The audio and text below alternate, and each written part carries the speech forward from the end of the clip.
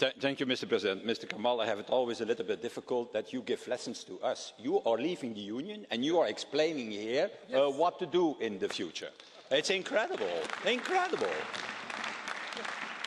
And should it be not better that you know what to do in Britain? Because the Brexiteers, in my opinion, they have any clue of what needs to be done for the moment. That should be better, to give lessons in London and not here, in Strasbourg.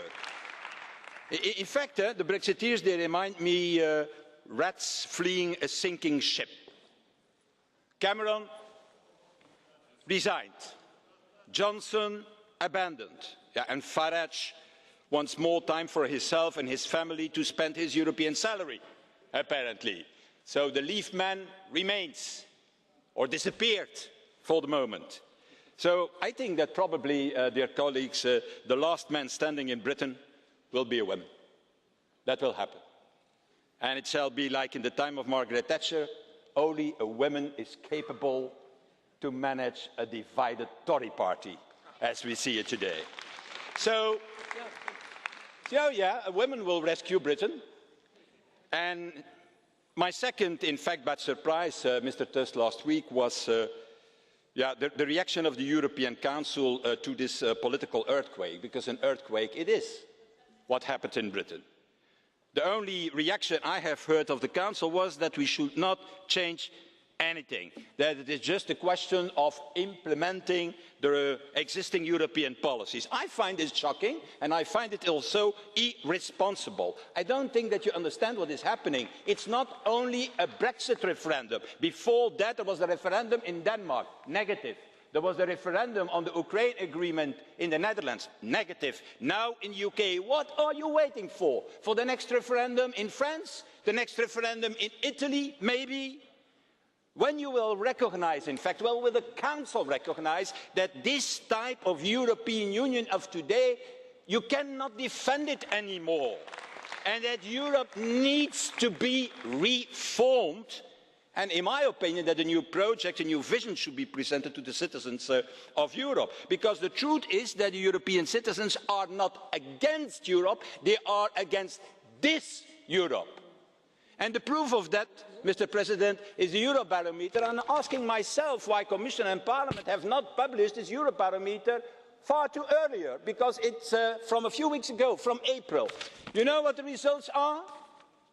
People, 82% want more European action on the fight against terrorism. 77% of the European citizens ask more European action in the fight against unemployment. 75% of the European citizens ask for more European action in the fight against tax fraud. 74% are asking more European action on the issue of migration. On 14 of the 15 questions put forward to the European citizens in this Eurobarometer a few weeks ago, people are asking for more European action, not less European action.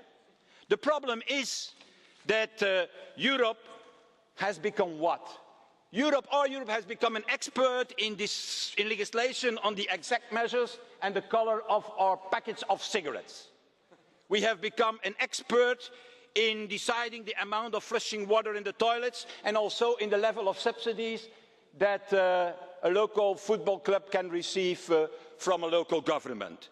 But what they want, the citizens, and that is what the European Barometer tells us, that is that they want a European border and coast guard, a European asylum and migration policy to tackle the migration crisis, to have a European capacity and intelligence to tackle terrorism, to have a European government to defend the euro, and to have a European army to defend our borders and to end conflicts in our neighbourhood. That is what the citizens are asking. That is what they are asking here.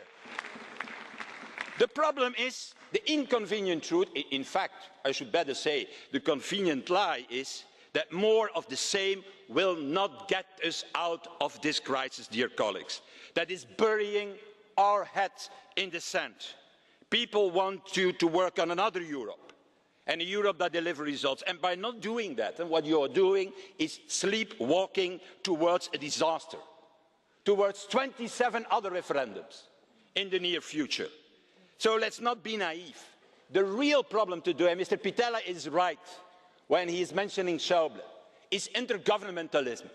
A loose confederation of nation states based on unanimity cannot work. That is the reality of today, that you don't recognise until now. And I can tell you, and I conclude with that, Mr. President, we're going to do our homework. Parliament will be ready in October with a global plan based on 3 reports of the way forward. And we're going to not talk, be sure, about federalism, integration, deepening, widening, coordination, implementation, and all these other buzzwords that are in the centre of our discussions. We're going to simply go back to the ideas of our founding fathers. That is what we have to do. And that's the challenge, now or never. I think really, or the Union will change, Mr. Tusk, or it will die. That is at stake.